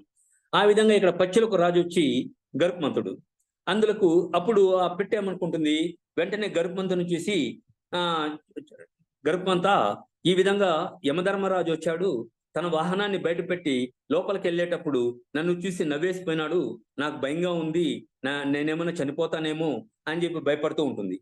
అలా చెప్పినప్పుడు గరుత్మంతుడు ఏమంటాడంటే, నేనుండగా నువ్వెందుకు బాధపడతావు అని చెప్పి, యముడు వచ్చే లోపల నేను నిన్ను సేఫ్టీ ప్లేస్ లో పెడతానని చెప్పేసి ఆ పెట్టెను తీసుకుని 7 సముద్రాల అవతల ఒక పిట్టలు కూడా దూరని ఒక అడవిలో ఒక పెద్ద మహావృక్షం ఉంటే, ఆ వృక్షానికి పెద్ద తొర్ర ఉంటే ఆ తొర్ర లోపల ఆ పెట్టెను పెట్టేసి వచ్చేస్తాడు. 7 సముద్రాల అవతల ఒక మహా అడవి, ఆ అడవిలో ఒక చెట్టులో తొర్ర లోపల పెట్టేసి వచ్చేసిన తర్వాత నిన్ను ఎలా అతడు సంపతాడు చూస్తాము అని గరుత్మంతుడు వచ్చేస్తాడు. వచ్చేసిన తర్వాత ఒక్కొక్క లోపలికి వెళ్ళిన దేవతలందరూ శివునికి పూజ చేసుకుని ఒక్కొక్కరు ఇంటికి వెళ్ళడానికి బయట వచ్చి వాళ్ళ వాళ్ళ వాహనాల్లో వెళ్ళిపోతూ ఉంటారు. అలా వాళ్ళ వాళ్ళ వాహనాల్లో వెళ్ళిపోయేటప్పుడు గరుత్మంతుడు కరెక్ట్గా యముడు వస్తాడు తన వాహనాన్ని తీసుకోవడానికి. అప్పుడు గరుత్మంతుడు అంటాడు, యమధర్మరాజా, అక్కడ ఉన్న పిట్టను చూసి నువ్వు ఎందుకు నవ్వినావు అంటాడు. అప్పుడు యముడు ఏమంటాడంటే, నాకు అర్థం కాని ఏమంటే, ఇది ఇంత చిన్న పిట్ట 7 సముద్రాల అవతల ఒక అడవిలో ఒక చెట్టులో లోపల తొర్రలో ఒక పాముంది, ఆ పాము ఈ పిట్టను తింటుంది అని రాసి పెట్టింది. ఈ ఇంత చిన్న పెట్ట ఆ తొర్ర లోపలికి ఎలా పోతుందబ్బా అని చూసి నాకు నవ్వు వచ్చింది అంటాడు. అంటే ఇప్పుడు చూడండి, ఆ పాముకి ఆహారంగా ఈ గరుత్మంతుడే ఆ పెట్టను తీసుకుపోయి అక్కడ పెట్టడం జరిగింది. అంటే తాను ఒకటి తెలిస్తే దైవం ఒకటి తెలుస్తుంది.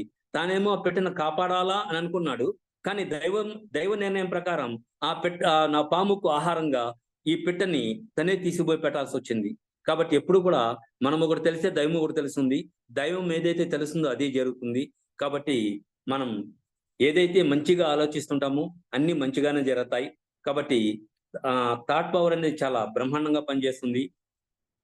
కాబట్టి మన ఆలోచనలను చాలా జాగ్రత్తగా మంచిగా ఉండేటట్లుగా మనం చేసుకోవాలి. అసలు నిజమైన భక్తి అంటే ఏంటి?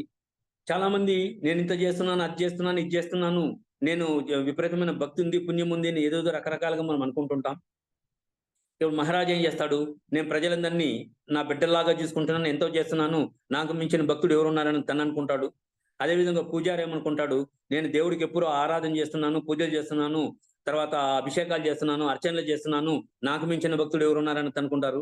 ప్రతి ఒక్కడు తనకు తోచిన విధంగా తాను చేసుకుంటూ తనకు మించిన భక్తుడు లేదని అనుకుంటుంటారు.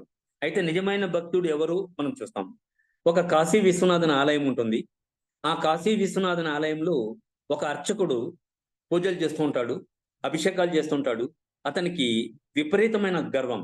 అంటే నాకు మించిన భక్తుడు ఎవరున్నారు, నేను 24 గంటలు దేవుణ్ణి పూజిస్తున్నాను, అర్చన చేస్తున్నాను, అభిషేకాలు చేస్తున్నాను అని వెర్రవీగుతుంటాడు. తనకు మించిన వాడు లేదనే గర్వం అతనిలో విపరీతంగా పెరిగిపోతుంది.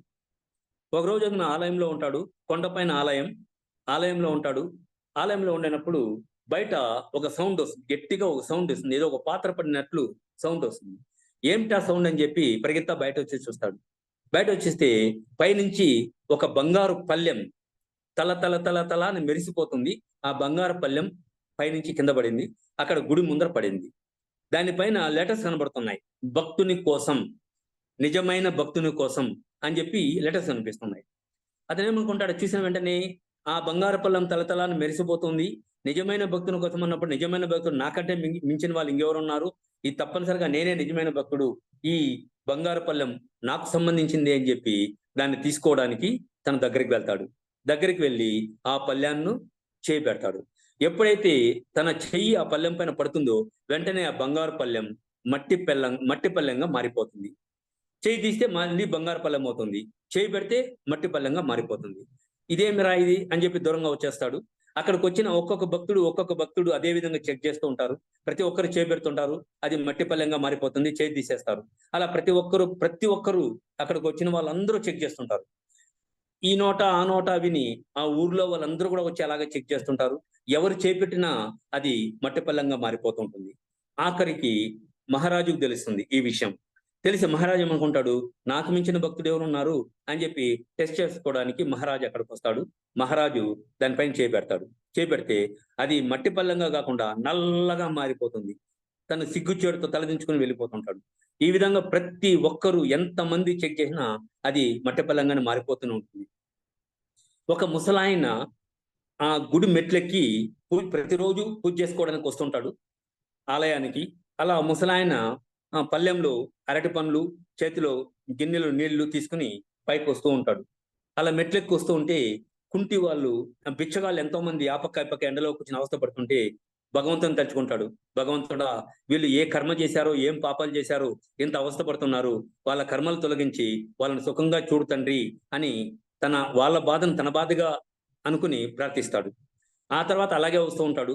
వస్తుంటే ఒక ముసలావిడ దప్పితో అవస్థపడుతుంటే ఆ ముసలావిడికి తన దగ్గర ఉన్న నీళ్లు ఇచ్చి తాగిపిస్తాడు. అలా పైకి వస్తూ ఉంటే ఒక కుంటి వ్యక్తి కుంటుతూ అవస్థపడుతూ పైకి వెళ్తుంటే అతను చేపెట్టుకుని అతనికి సహాయం అందించి పై వరకు తీసుకెళ్తాడు. అలా పైకి పోతూ ఉంటే ఇంకొక ముసలావిడ ఆకలితో అలమటిస్తూ ఉంటే తన దగ్గర ఉన్న అరటి పండ్లు రెండు కూడా దేవుడికి సమర్పించాల్సిన అరటి పండ్లు రెండు కూడా ఆవిడికి ఇచ్చేసి ఆవిడ ఆకలి తీరుస్తాడు. తీరిన తర్వాత ఇప్పుడు తన దగ్గర మంచినీళ్ళు లేదు, అరటి పండ్లు లేవు, ఏమీ లేవు, అన్నీ అయిపోయినాయి. నేరుగా లోపలికి వెళ్ళాడు. దేవుణ్ణి దర్శనం చేసుకుని దేవుణ్ణి పూజించుకుని తిరుగు ప్రయాణం అవుతాడు. అలా రిటర్న్ అయ్యేటప్పుడు ఆ విపరీతమైన గర్విష్టి ఆ పూజారి ఏం చేస్తాడంటే, ఓ ముసలాయన ఎక్కడికి వెళ్తున్నావు, ఇక్కడ విషయం తెలియదా, ఇక్కడ ఒక బంగారు పల్లెం ఉంది, ప్రతి ఒక్కరూ దాన్ని టెస్ట్ చేస్తున్నారు, నువ్వు కూడా టెస్ట్ చేయంటాడు. వద్దులేదండి, నాకెందుకండి, మీరు చేసుకోండి, నాకు వద్దని చెప్తే లేదు లేదు ఖచ్చితంగా నువ్వు దాన్ని టచ్ చేయాలంటాడు. అప్పుడు ఆ ముసలాయన వచ్చి ఆ బంగారు పల్లెన్ని తాకిన వెంటనే అది మరింత ప్రకాశవంతంగా పెరిగిపోతుంది. ఎంత ప్రకాశవంతంగా అంటే అంత ప్రకాశవంతంగా వెలిగిపోతుంది. అంటే నిజమైన భక్తుడు ఆ ముసలాయన. అంటే మనం పూజలు చేయడం వలన, లేకుంటే వ్రతాలు చేయడం వలన, యజ్ఞాలు చేయడం వలన, గొప్పలు చెప్పుకోవడం వల్ల కాదు, ఆకలిగా ఉన్నవాడికి అన్నం పెట్టడం, ఆపదలో ఉన్నవాడిని ఆదుకోవడం, ఇలా ఎప్పుడైతే ఎదుటి వ్యక్తిలో మనం దేవుని భగవంతుని చూస్తామో వాడే నిజమైన భక్తుడు. కాబట్టి మనం ఇది చేసినాం, నేను కోట్లు ఖర్చు పెట్టినాను, నేను ఇంత చేశాను అంత చేశాను అనేది కాదు, అది నిజమైన భక్తి కాదు. కాబట్టి ఆపదలో ఉన్న వాడికి మనం 4 మెతుకులు అన్నం పెట్టడం, ఆపదలో ఉన్న వాడిని ఆదుకోవడం ఎప్పుడైతే మనం చేస్తామో దాన్నే మనం నిజమైన భక్తి అంటాం. ఇక్కడ ఆ ముసలాయనే నిజమైన భక్తి అవుతుంది. అయితే ఏది కూడా మనం గుడ్డిగా నమ్మకూడదు, ఒకరిని చూసి కాపీ కొట్టకూడదు ఎప్పుడు కానీ. ఇప్పుడు ఒకడు దొంగతనం చేస్తుంటాడు, వాడి దొంగతనాలు చేయడం, పిట్ ప్యాకెట్ కొట్టడం వాడికి బాగా అలవాటు. వాడు ఎంత బ్రహ్మాండంగా దొంగతనాలు చేస్తాడో తప్పించుకుంటుంటాడు. వాడు దొంగతనం చేశాడు కదా మన కళ్ళ ముందండి అని చెప్పి మనం ట్రై చేస్తే వెంటనే పట్టుబడిపోతాం. అదే విధంగానే ఒక స్టూడెంట్ ఎక్సలెంట్ గా బిట్లు తెచ్చి కాపీలు కొడుతుంటాడు. ఎంతమంది టీచర్లు వచ్చినా వాళ్ళని కన్నుగొప్పి బిట్లు కొడుతుంటాడు. దాన్ని చూసి మనం బిట్ రాస్తామని చూస్తే వెంటనే పట్టుబడిపోతాం. అంటే ఎవడు చేయాల్సిన పని వాడే చేయాలి. కాబట్టి ఒకరిని కాపీ కొడితే ఖచ్చితంగా అక్కడ మనకు న్యాయం అనేది జరగదు, మనం తప్పనిసరిగా పప్పులో కాలేసినట్లు అవుతుంది. దానికి ఒక చిన్న ఎగ్జాంపుల్ ఇస్తాం. ఇప్పుడు ఒక ట్రైన్ జర్నీ, ఒక ట్రైన్లో వెళ్ళడానికి 3 పట్టణవాసులు వస్తారు. అదేవిధంగా 3 పట్టణవాసులు వచ్చి అక్కడ కూర్చుంటారు ఒక కంపార్ట్మెంట్లో. విలేజ్ వాళ్ళు కూడా కరెక్ట్గా ఆ టైంకి 3 వచ్చినారు. వాళ్ళు ఈ పట్టణవాసులు ఏం చేశారంటే ఒక టికెట్ తీసుకుని 3 కూర్చున్నారు. ఈ పల్లెటూరు వాళ్ళు వాళ్ళకి తెలియదు కాబట్టి 3 టికెట్ తీసుకుని వాళ్ళకి ఎదురుగానే కూర్చున్నారు. కొంతసేపటికి ట్రైన్ మూవ్ అయిపోయింది, మాట్లాడుకుంటున్నారు. అలా మాట్లాడుకునేటప్పుడు ఆ పట్టణవాసులు చెప్తారు, రే చూసారా మనం 3 ఉన్నాము, ఒకే టికెట్లో మనం 3 ప్రయాణం చేస్తున్నాం రా అంటారు. ఒకే టికెట్ తీసుకుని మనం 3 ప్రయాణం చేస్తున్నాము అని అంటే ఈ పల్లెటూరు వాళ్ళకి అర్థం కాలేదు. ఒక టికెట్తో 3 ఎలా ప్రయాణం చేస్తారబ్బా, మనం అనవసరంగా 3 టికెట్ తీసుకున్నామే, మనకు తెలిసిందే మనం కూడా ఒక టికెటే తీసుకునే వాళ్ళం కదా అని అనుకుంటారు. అలా కొంత దూరం పోయేసరికి టీసీ వస్తున్నారని వినిపిస్తుంది. టీసీ వస్తున్నారని సౌండ్ వస్తుంది. టీసీ వస్తున్నారని ఎవరో చెప్పే లోపల ఈ 3 టౌన్ వాళ్ళు ఏం చేస్తారంటే ఇమీడియట్ గా బాత్రూంలో దూరేస్తారు. బాత్రూంలో దూరి తలుపేసుకుంటారు. కొంతసేపటికి టీసీ వస్తాడు, ఈ పల్లెటూరు వాళ్ళని 3ని అడుగుతాడు, వాళ్ళు 3 టికెట్ చూపిస్తారు. ఆ తర్వాత బాత్రూంలో ఉన్నారని చెప్పి బాత్రూంలో డోర్ నాక్ చేస్తారు. నాక్ చేస్తే లోపల 3 ఉన్నారు. కానీ వాళ్ళు ఏం చేస్తారంటే కొద్దిగా తలుపు ఓపెన్ చేసి ఒక టికెట్ చూపిస్తారు. చూపిస్తే ఓహో ఒకరు టికెట్ వాడు ఉన్నాడేమో అని చెప్పి చూసుకుని వెళ్ళిపోతారు. అంటే టీసీ ఏమనుకుంటారు, లోపల ఒకరే ఉన్నారు అనుకుంటారు, కానీ లోపల 3 ఉన్నారు. అంటే ఒకే టికెట్తో 3 ప్రయాణం చేయడం అంటే ఇలా. దీన్ని చూసి ఈ విలేజ్ వాళ్ళు ఆశ్చర్యపోతారు, ఆహా ఎంత న్యాక్ ఇది, ఎంత తెలివితేటలు, ఒకే టికెట్తో 3 ప్రయాణం చేసినారు అనుకుని వాళ్ళ డెస్టినేషన్ వచ్చిన తర్వాత వాళ్ళు ఇద్దరు దిగి వెళ్ళిపోతారు. వెళ్ళిపోయిన తర్వాత మళ్ళీ ఈవినింగ్ మళ్ళీ కలుస్తారు. ఈసారి టౌన్ వాళ్ళు ఏం చేస్తారంటే ఒక టికెట్ కూడా తీసుకోకుండా 3 వచ్చి కూర్చుంటారు. ఈ విలేజ్ వాళ్ళు ఏం చేశారంటే మార్నింగ్ ఎక్స్పీరియన్స్ చూశారు కాబట్టి ఒక టికెట్ తీసుకుని 3 వస్తారు. ఇప్పుడు ఎదురెదురుగా కూర్చున్నారు. ఆ టౌన్ వాళ్ళు చెప్తారు, రే ఒక్క టికెట్ కూడా లేకుండా మనం 3 ప్రయాణం చేస్తాం చూడండి రా ఈ రోజు అంటారు. ఈ విలేజ్ వాళ్ళకి అర్థం కాల, మనం ఒక టికెట్ తీసుకున్నాము, 3 ప్రయాణం చేస్తున్నాము, వాళ్ళు ఒక టికెట్ కూడా లేకుండా ఎట్లా ప్రయాణం చేస్తారబ్బా అని అర్థం కాకుండా వాళ్ళు కూర్చోన్నారు. కొంతసేపటికి టీసీ వస్తున్నారనే సౌండ్ వినిపిస్తుంది. టీసీ వస్తున్నారని లోపల ఫస్ట్ భయపడి ఈ విలేజ్ వాళ్ళు బాత్రూంలో దూరేస్తారు. విలేజ్ వాళ్ళ బాత్రూంలో ముగ్గురు దూరేసి తలుపేసుకుంటారు. తలుపేసుకున్న వెంటనే ఇంకా టీసీ రాలేదు, వస్తున్నారనే ఇన్ఫర్మేషన్ వచ్చే లోపల విలేజ్ వాళ్ళు లోపల దూరేసి తలుపేసుకుంటారు. ఇప్పుడేం చేస్తారంటే ఈ టౌన్ లో వాళ్ళు ఒకడు డోర్ నాక్ చేస్తాడు, టికెట్ అంటాడు, టీసీ మారి. వాడు టికెట్ బయట చూపిస్తాడు, చూపిస్తే ఆ టికెట్ తీసుకుని ఈ టౌన్ లో వాళ్ళ ముగ్గురు ఎదురు బాత్రూమ్ లో దూరేస్తారు. ఇప్పుడు నిజంగా టీసీ వస్తాడు. టీసీ వస్తే ఇప్పుడు విలేజ్ వాళ్ళు ముగ్గురు తగులుకుంటారు. అక్కడ టౌన్ వాళ్ళు తలుపు తడతారు, చూపిస్తే ఒక టికెట్ చూపించి వాళ్ళు తప్పించుకుంటారు. అంటే తప్పు చేసేవాడు ఎలాగైనా తప్పించుకుంటూనే ఉంటాడు. మనం కొత్తగా తప్పు చేయాలని ప్రయత్నిస్తే మాత్రం తప్పనిసరిగా మనం తగులుకుంటాం. కాబట్టి వాడి చేస్తున్నాడు కదా, వీడి చేస్తున్నాడు కదా అని చెప్పి ఎటువంటి పరిస్థితిలో మనం వాళ్ళని కాపీ చేయకూడదు. మనం 100% మన పద్ధతుల ప్రకారమే మనం చేయాలి. మనం కాపీ అనేది ఎటువంటి పరిస్థితిలో మనం చేయకూడదు. తర్వాత మామూలుగా ఒక మహారాజు ఏం చేస్తాడంటే ప్రచారం చేస్తాడు. దేవుడు ఎక్కడున్నాడు, దేవుడు ఎలా ఉంటాడు, దేవుడు ఏం చేస్తున్నాడు, ఈ 3 ప్రశ్నలకు ఎవరైతే కరెక్ట్ గా సమాధానం చెప్తారో ఆధారాలతో నాకు చూపించాలి, నేను నమ్మాలి. అలా నమ్మించగలిగితే వాళ్ళు ఊహించినంత అష్ట ఐశ్వర్య ఆయుర ఆరోగ్య సిరి సంపద వాళ్ళకి ఇస్తాను. ఒకవేళ నిరూపించలేకపోతే వాళ్ళ శిరస్సును ఖండించేస్తానంటాడు.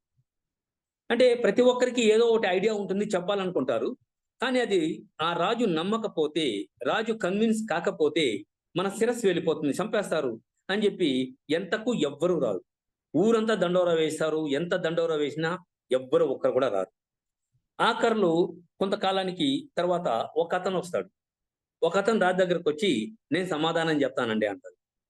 మళ్ళీ రాజు అడతాడు, నేను చెప్పిన పాయింట్ బాగా విను, దేవుడు ఎక్కడున్నాడు, దేవుడు ఎలా ఉంటాడో నాకు చూపించాలి, దేవుడు ఏం చేస్తుంటాడు, ఈ 3 నాకు చెప్పాలి, నేను దాన్ని నమ్మాలి, నేను కన్విన్స్ కావాలి. అలా అయితే నువ్వు ఊహించినంత డబ్బు ఇస్తా. అలా నేను కన్విన్స్ కాకపోతే నేను నీ శిరస్సు నరికేస్తానంటాడు.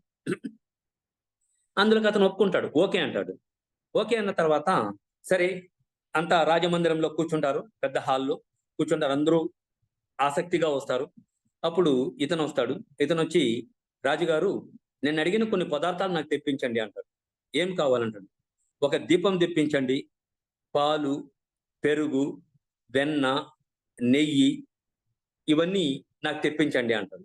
వెంటనే రాజు సైగ చేసే లోపల కొన్ని క్షణాల్లో అక్కడ ఒక దీపం వస్తుంది, పాలు, పెరుగు, వెన్న, నెయ్యి అన్నీ వచ్చేస్తుంది, అన్ని సిద్ధంగా ఉన్నాయి. ఇప్పుడు మీరు అడిగినవన్నీ సిద్ధంగా ఉన్నాయి అంటాడు. అప్పుడు ఆ వచ్చినతను ఏమంటాడంటే బాగానే ఉంది, కానీ ఎవరైతే ప్రశ్నలు అడుగుతున్నారో ప్రశ్నలు అడిగేవాడు కింద ఉండాలి, సమాధానం చెప్పేవాడు పైన ఉండాలి. ఇప్పుడు ప్రశ్న మీరు అడుగుతున్నారు, సమాధానం నేను చెప్తున్నాను, కాబట్టి నేను పైన ఉండాలి, మీరు కింద ఉండాలి అంటాడు రాజుతో. అప్పుడు ఆటోమేటిక్ గా రాజు కిందకు వచ్చేస్తాడు. ఆ రాజు స్థానంలో ఈ సమాధానాలు చెప్పే వ్యక్తి పోయి కూర్చుంటాడు. కూర్చున్న తర్వాత ఇప్పుడు రాజు కింద, సమాధానం చెప్పే వ్యక్తి పైన ఉన్నాడు. సరే ఇప్పుడు దేవుడు ఎక్కడ ఉన్నాడు అంటాడు. సరే ఆ దీపం తీసుకుని రాజుని తీసుకుని ఒక రూమ్ లోకి వెళ్తారు. ఒక రూమ్ లోకి వెళ్ళి రూమ్ తలుపు వేసేస్తారు. వేసిన తర్వాత ఒక కార్నర్ లో దీపం పెట్టి వెలిగిస్తారు. ఒక కార్నర్ లో దీపం పెట్టి వెలిగించిన వెంటనే ఆ రూమ్ మొత్తం కూడా ప్రకాశవంతంగా వెలిగిపోతుంది. అప్పుడు అంటాడు ఆ వ్యక్తి రాజుతో ఏమంటాడంటే, చూడండి నేను వెలిగించింది ఒక కార్నర్ లో దీపం పెట్టాను, కానీ రూమ్ మొత్తం కూడా ఆ వెలుతురు వ్యాపించింది. అంటే భగవంతుడు అనేవాడు ఒక చోట కాదు, సర్వాంతర్యామి, ఇందుగలడందు లేదని సందేహము వలదు చక్రి సర్వోపగతం.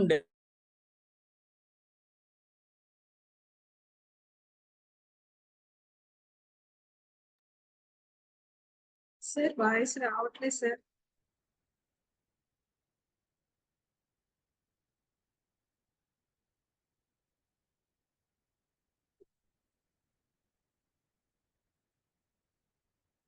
Sir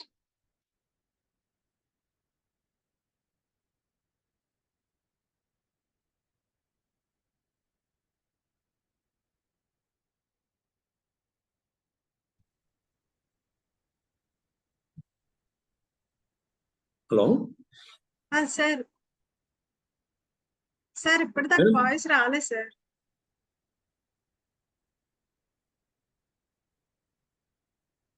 hello, sir. వినబడుతుందా మేడం? Okay sir. ఇంతవరకు రాలేదా ఆడియో? ఇప్పుడే 1 సెకండ్ ముందు నుంచి రాలేదు సార్. ఓకే. అదే భగవంతుడు ఇందుగలడు అందుగా దీపం పెట్టి అంతటా భగవంతుడు ఉన్నాడని చెప్తాడు, అక్కడి నుంచి అక్కడ దాకా వినపడు. సో రూము లోపల ఒక చోట దీపం పెట్టినా వెలుతురు మొత్తం వ్యాపించింది కాబట్టి భగవంతుడు ఒక చోట కాదు, సర్వాంతర్యామి అనే దానికి నిదర్శనం. ఇప్పుడు దేవుడు ఎలా ఉంటాడు చూపించాలన్నప్పుడు మళ్ళీ హాల్కి వస్తారు. హాల్కి వచ్చిన తర్వాత ఒక టేబుల్ పైన పాలు, పెరుగు, వెన్న, నెయ్యి ఆ ఐటమ్స్ అన్ని వరుసగా పెడతారు.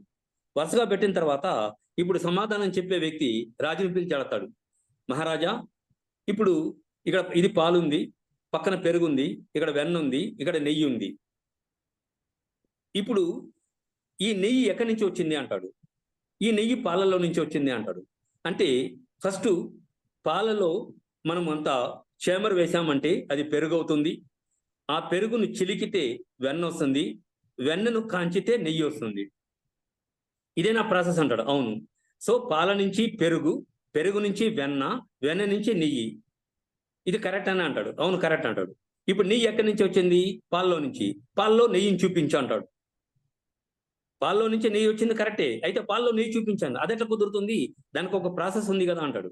అంటే పాలను కాంచాలి, తోడేయాలి, తోడిన తర్వాత పెరుగు అవుతుంది, పెరుగును చిలకాలి, చిలికితే వెన్న వస్తుంది, వెన్నను కాంచాలి, కాంచితే నెయ్యి వస్తుంది. ఇది ఒక మొత్తం ప్రాసెస్. ఈ ప్రాసెస్ ద్వారా పాల నుంచి నెయ్యి వస్తుంది అంటాడు. అదే విధంగానే ధ్యానంలో కూడా భగవంతుని చూడాలంటే ఒక ప్రాసెస్ ఉంది. ఫస్ట్ కన్ను మూసుకుని కూర్చోవాలి, ఆలోచన రహిత స్థితికి వెళ్ళాలి. ఆలోచన రహిత స్థితికి వెళ్ళిన తర్వాత బ్రహ్మరంధ్రం ఓపెన్ అవుతుంది. బ్రహ్మరంధ్రం ఓపెన్ అయిన తర్వాత విశ్వశక్తి లోపలికి పోతుంది. ఆ విశ్వశక్తి ప్రభావంతో లోపల ఉన్న 2,72,000 నాడీ మండలాలు శుభ్రమవుతుంది. 2,72,000 నాడీ మండలాలు శుభ్రమైన తర్వాత మూడవ కన్ను ఉత్తేజితమవుతుంది. మూడవ కన్ను ఉత్తేజితమైన తర్వాత లోపల ఉన్న ఆత్మ అనే భగవంతుడు బయటకు వస్తాడు. సో ఆ భగవంతుని చూడాలంటే ఫస్ట్ కన్ను మూసుకుని కూర్చోవాలి, ధ్యానంలో కూర్చోవాలి. ఇదొక ప్రాసెస్ అంటాడు. అంటే ధ్యానంలో కూర్చోవాలి, ఆలోచన రహిత స్థితిలో కూర్చోవాలి. కూర్చున్న వెంటనే ఆలోచనలు ఎప్పుడైతే శూన్యమవుతుందో అప్పుడు బ్రహ్మానందం ఓపెన్ అవుతుంది, విశ్వశక్తి లోపల పోతుంది. విశ్వశక్తి ద్వారా మొత్తం నాడీ మండల శుద్ధి జరుగుతుంది. నాడీ మండల శుద్ధి జరిగిన తర్వాత మనకు ఈ తేడా ఓపెన్ అవుతుంది. తేడా ఓపెన్ అయిన తర్వాత మనకు ఆత్మ అనే భగవంతుడు ప్రత్యక్షం అవుతాడు. ఆత్మ అనే భగవంతుడిని ప్రత్యక్షం చూడాలనుకుంటే ఈ ప్రాసెస్ చేయాలి అంటాడు. అప్పుడు దాన్ని కూడా బ్రహ్మాండంగా మెచ్చుకుంటాడు. ఓకే, ఇది కూడా కరెక్ట్ అన్నాడు. మూడో ప్రశ్న ఏమి? దేవుడు ఏం చేస్తుంటాడు అన్నాడు. దేవుడు ఏం చేస్తుంటాడంటే, మహారాజా మీరు క్షమించండి ఏమనుకోకపోతే, మహారాజు ఎక్కడ కూర్చోవాలి? పైన కూర్చోవాలి. మేమెక్కడ కూర్చోవాలి? కింద కూర్చోవాలి. కానీ ఇప్పుడు నేను ఎక్కడ ఉన్నాను, మీరు ఎక్కడ ఉన్నారు? మీరు కింద ఉన్నారు, నేను పైన ఉన్నాను. ఇదే భగవంతుడు చేసే పనులు. అంటే భగవంతుని నాటకం. ఈ 3 ప్రశ్నలకు అతనికి కరెక్ట్ గా సమాధానం చెప్పాడు కాబట్టి చాలా సంతృప్తి చెంది అతనికి కోరిన దానికన్నా ఎక్కువ బహుమానాలు ఇచ్చి అతన్ని సంతృప్తి చేసి పంపిస్తుంటాడు. కాబట్టి భగవంతుడైన వాడు ఖచ్చితంగా సర్వాంతర్యామి, అందరిలో ఉంటాడు. ఒక మనుషుల్లోనే కాదు, సకల కోటి జీవరాశుల్లో కూడా ఉంటాడు. సకల కోటి జీవరాశులను ప్రేమతత్వంతో ఎవరైనా చూస్తారో వాళ్ళకు ఖచ్చితంగా ఆ భగవంతుడు అనేవాడిని కనిపిస్తాడు. అయితే భగవంతుడుగా కాకుండా ఏదో ఒక రూపంలో కనిపిస్తూనే ఉంటాడు అనే దానికి ఇది చక్కటి నిదర్శనం. మేడం ఇంకా చెప్పొచ్చున్నా? ఓకే సార్, టైం అయ్యింది, మీరు మీ ఇష్టం సార్.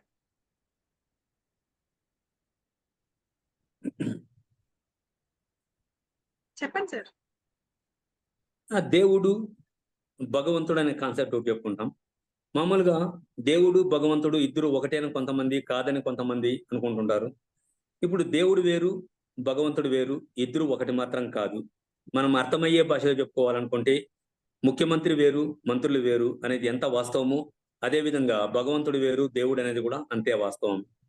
అయితే దేవుడికి భగవంతుడికి ఎలా వేరని చెప్తాం, ఎలా తెలుసుకుంటాం అనుకున్నప్పుడు, ఎవరికైతే పేరు ఉంటుందో, ఎవరికైతే రూపం ఉంటుందో, ఎవరికైతే జననం ఉంటుందో, ఎవరికైతే మరణం ఉంటుందో, ఎవరి శక్తి పరిమితమో వాళ్ళను మనం దేవుడు అంటాం.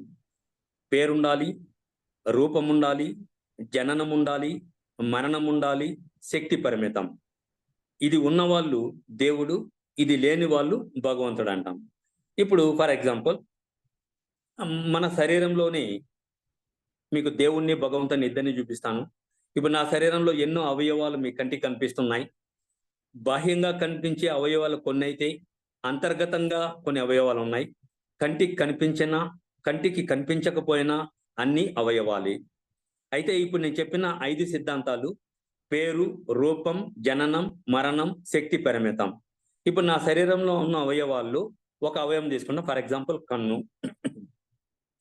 కన్ను పేరుంది, కన్ను రూపం ఉంది. కన్ను అంటేనే ఎవరైనా ఎట్లా వేయాలో చెప్పేస్తారు. జననం, నేను మిమ్మల్ని అందరినీ చూడగలుగుతున్నా.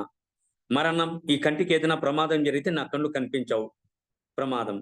శక్తి, పరిమితం.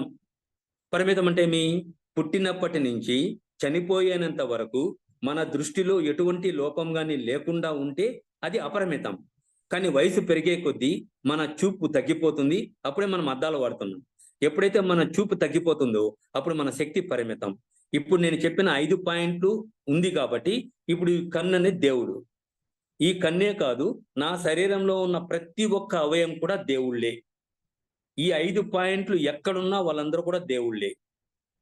అయితే భగవంతుడు ఎవరో చూసుకుంటాం. ఇప్పుడు నేనున్నాను, నా పక్కనే ఒక శవం ఉంది. నా శరీరంలో ఏ ఏ అవయవాలు ఉన్నాయో పక్కన శవంలో కూడా అన్ని అవయవాలు అలాగే ఉన్నాయి. కానీ నేను మాట్లాడుతున్నా, చూడగలుగుతున్నా, వినగలుగుతున్నా, నా శరీరంలో ప్రతి ఒక్క అవయవం పనిచేస్తుంది.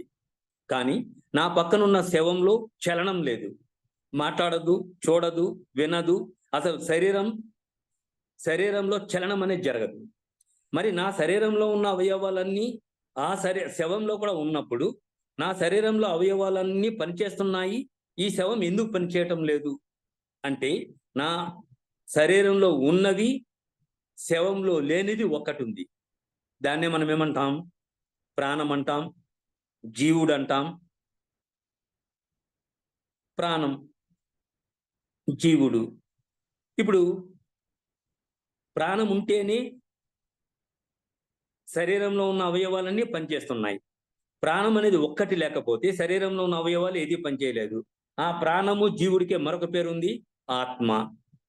అంటే ఆత్మ అనే దేవుడు, ఆత్మ అనే భగవంతుడు నా శరీరంలో ఉన్నప్పుడు మిగిలిన దేవుళ్ళందరూ పనిచేస్తున్నారు. భగవంతుడనే వాడు, ఆత్మ అనేవాడు నాలో లేకపోతే దేవుళ్ళు ఎవరు పనిచేయటం లేదు. అంటే ఆత్మ అనేది ఒక్కటి ఉంటేనే శరీరంలో అవయవాలన్నీ పనిచేస్తున్నాయి. ఆత్మ అనేది లేకపోతే శరీరంలో ఏ ఒక్క అవయవం కూడా పనిచేయటం లేదు. కాబట్టి శరీరంలో ఉన్న అవయవాలన్నీ కూడా దేవుళ్ళే, కానీ ఆత్మ అనేది మాత్రం భగవంతుడు. ఎందుకంటే ఆత్మకు పేరు లేదు, ఆత్మకు రూపం లేదు, ఆత్మకు జననం లేదు, ఆత్మకు మరణం లేదు. ఆత్మ శక్తి అపరిమితం. అసలు దానికి చావే లేదు, ఆది లేదు, అంతం లేదు. శక్తి అపరిమితం. కాబట్టి ఆ ఆత్మ అనేది భగవంతుడు. కాబట్టి శరీరంలో ఉన్న అవయవాలన్నీ కూడా దేని ద్వారా పనిచేస్తున్నాయంటే ఆత్మ ద్వారా పనిచేస్తుంది. ఆత్మ ఉంటేనే పనిచేస్తుంది, ఆత్మ లేదంటే పనిచేయదు. ముఖ్యమంత్రి ఉంటేనే మంత్రులు, ముఖ్యమంత్రి లేకపోతే మంత్రులు లేరు. కాబట్టి ఆత్మ కానీ లేకపోతే ఈ దేవుళ్ళందరూ కూడా చచ్చిపోయిన వాళ్ళే లెక్క. కాబట్టి దేవుళ్ళందరూ కూడా భగవంతుని చేత సృష్టింపబడిన వాళ్ళు. ఆత్మ చేత సృష్టింపబడిన వాళ్ళు అవయవాలు ఎలా అవుతాయో భగవంతుని చేత సృష్టింపబడిన వాళ్ళే దేవుళ్ళందరూ. కాబట్టి భగవంతుడు శాశ్వతం, దేవుళ్ళు అశాశ్వతం. కాబట్టి వాళ్ళందరూ ఈ రోజు ఉండొచ్చు, పోవచ్చు. ఒక పరిమితమైన కార్యక్రమం కోసం వస్తారు, వాళ్ళ పనైన వెంటనే వెళ్ళిపోతారు. కాబట్టి మనం పూజించే రాముడు కానీ, మనం పూజించే కృష్ణుడు కానీ, మనం పూజించే జీసస్ క్రైస్ట్ కానీ, లేకంటే గౌతమ్ బుద్ధుడు కానీ, బ్రహ్మశ్రీ సుభాష్ పత్రిజీ కానీ, వీళ్ళందరూ కూడా దేవుళ్ళే. మనలాగా పుట్టారు, మనలాగా చనిపోతున్నారు. వీళ్ళ శక్తి అంతా పరిమితం. కానీ వీళ్ళందరినీ సృష్టించింది భగవంతుడు. ఒక పర్పస్, ఒక కార్యక్రమం కోసం వీళ్ళని సృష్టించారు. ఆ కార్యక్రమం అయిపోయిన తర్వాత వీళ్ళు వెళ్ళిపోతున్నారు. కాబట్టి దేవుడు వేరు, భగవంతుడు వేరు. ఇప్పుడు నా శరీరంలో దేవుళ్ళని చూపించాను, భగవంతుని చూపించాను. ఇంకా రియల్ లైఫ్కి వస్తే రాముడు, కృష్ణుడు, జీసస్ క్రైస్ట్, గౌతమ్ బుద్ధుడు, పత్రిజీ వీళ్ళందరూ దేవుళ్ళు అన్నాం. మరి భగవంతుడు ఎవరు? భగవంతుడు ఎవరంటే ప్రకృతి అంటే సకల కోటి జీవరాశులతో, అంటే పక్షులు, జంతువులు, కొండలు, కోనలు, సముద్రాలు, ఇండ్లు, మనుషులు, అన్ని సకల కోటి జీవరాశులతో కలయికే ప్రకృతి. ఈ రోజు నువ్వు 100 చెట్లు కొట్టాయి, 500 చెట్లు మొలుస్తాయి. 100 మంది చనిపోయినారంటే 500 మంది పుడుతున్నారు. ఎంత మంది ఈ కొన్ని భూకంపాలు వచ్చి ఊర్లు కొట్టుకెళ్ళిపోతున్నాయంటే మళ్ళీ కొత్త ఊర్లు వస్తున్నాయి. కాబట్టి ఇక్కడ ఆది లేదు, అంతం లేదు. ప్రకృతికి ఆది లేదు, అంతం లేదు. ప్రకృతి వల్లనే ఈ సృష్టి అంతా జరుగుతుంది. ఆ ప్రకృతి మాతే భగవంతుడు. ఆ ప్రకృతి భగవంతుడు. ప్రకృతిని ఎవరైతే రచిస్తారో ఆ ప్రకృతి వాళ్ళని రచిస్తూ ఉంటుంది. ప్రకృతితో చెలగాటం ఆడితే ఆ ప్రకృతి వాళ్ళంతు చూసుకుంటుంది. కాబట్టి దేవుడు, భగవంతుడు అనేది వేరు వేరు. పూజలు చేస్తే దేవుణ్ణి చూడొచ్చు, ధ్యానం చేస్తే భగవంతుని చూడొచ్చు. భగవంతుడు అల్టిమేట్. ఈ ధ్యానానికి మించిన శక్తి వేరొక దాంతో ఇంకేదైనా ఉందా అంటే ఎందులోనూ ఉండదు. కాబట్టి భగవంతుని చూడడం అనేది ఒక్క ధ్యానంలో మాత్రమే జరుగుతుంది.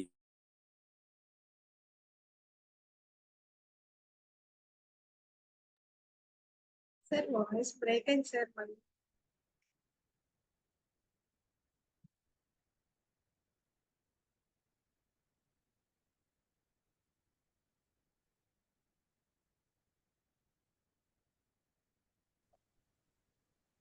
సార్